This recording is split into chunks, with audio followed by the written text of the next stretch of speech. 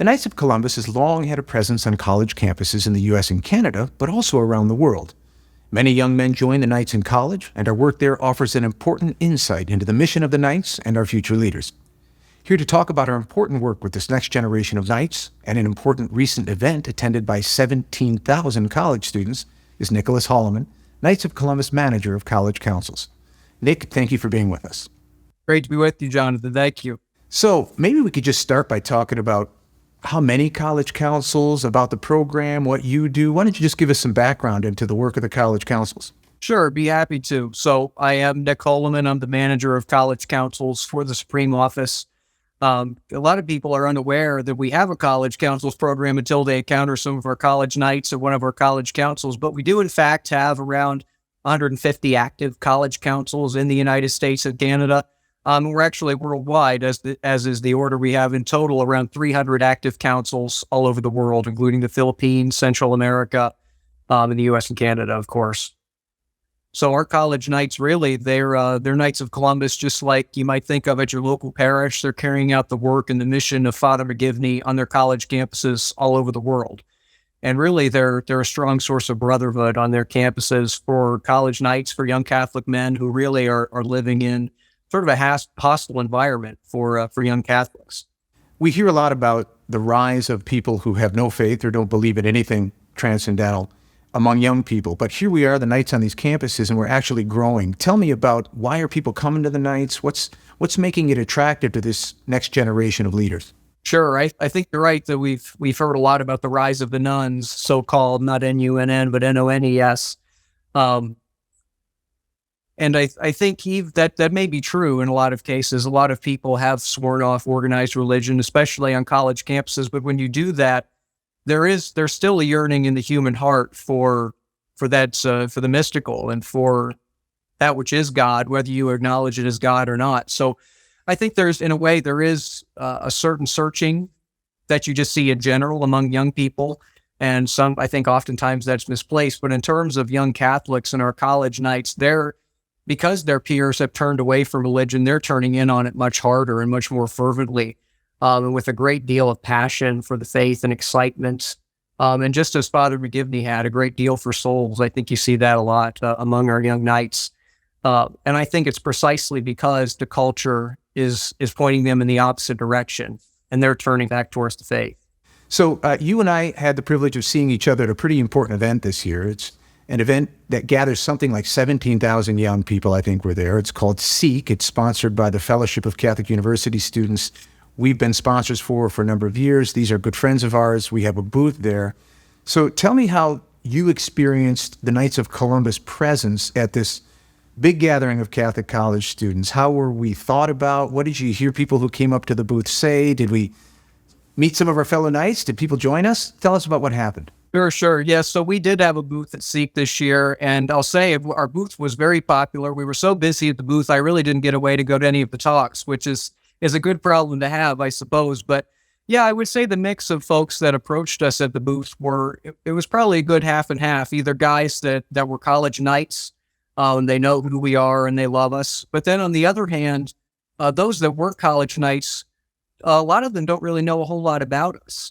So this was a good opportunity for a number of young men at the conference, I think, to have a first exposure to the Knights of Columbus. And I think really, especially among young people, there's sort of a misconception that we're your father's or your grandfather's organization.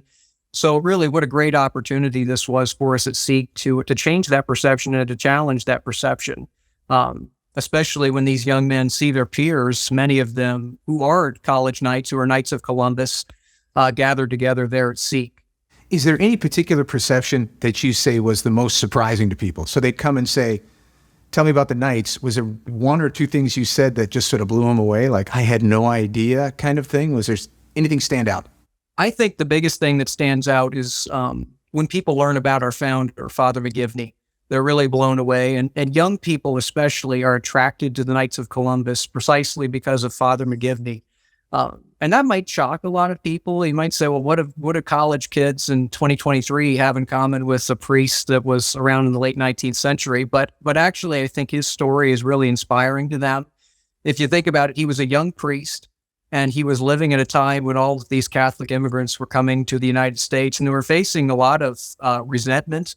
They were in a really hostile environment, and he wanted to keep them in the faith in an environment that wanted so desperately to pull them away from the faith. I think that resonates a lot with college students, that story, because they too are in the same sort of environment. Maybe the tactics of the devil are a little different today and different on the college campus, but the end is the same, to pull young people away from the faith. And so when they learn about Father McGivney, I think they see a connection to his challenges. That's great to know, and we continue to pray for his canonization, and we'll keep doing that. You know, another thing we were able to do with this was to show some of the resources we produced to help young people pursue Christ, to help everyone, frankly. Into the Breach, which has been out for a while, but we get to feature it at an event like this. But also the new Mother Teresa movie that's now been out a couple months, but I know a couple hundred young people came to see it. From my experience being there, people were impressed by these. Did you get a chance to talk to anybody about Into the Breach or Mother Teresa? Yeah, so certainly Mother Teresa was very popular. The documentary was shown, I think, on maybe the second or third night of the Seek conference. And we had about 300 attendees show up to watch the documentary. So it was very popular, and I think it drove a fair bit of traffic and interest to the booth. And of course, when they come to the booth, they find, various things that we have to offer as far as formation materials go, Into the Breach being one of them. And of course, that's something that young college knights and that students in general are very interested in. This year, we made a big push to give out the Vivat Jesus prayer book.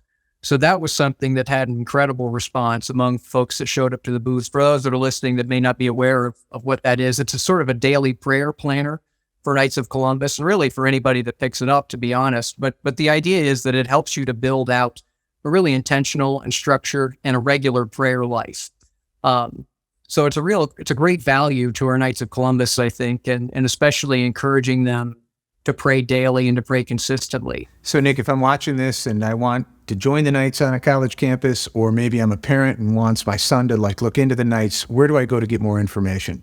Sure thing. Yeah, just give us a visit at www.kfc.org/college, or you can shoot us an email at college@kfc.org. We're pretty easy to find. If you take a look at our website, you'll get a really great overview of what college Knights are doing. We have a lot of great videos highlighting various programs and activities that college Knights are doing. But yeah, get a hold of us in either of those two ways, and we'd be happy to help you start a new college council on your campus, or to help you get your son involved in a local college council. Well, Nick, thanks for taking time. Thanks for the great work you're doing. We continue to pray for the success of the college Knights. Thank you, Jonathan. Vivat Jesus.